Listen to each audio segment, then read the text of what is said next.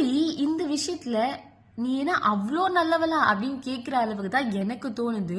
ஏன்னா என் மனசுல என்ன இருக்கோ அதுதான் என் வாய் பேசிடுது. நான் பேச வேணாம்னு நினச்சாலும் ஆட்டோமேட்டிக்காக அது வளரிடுது.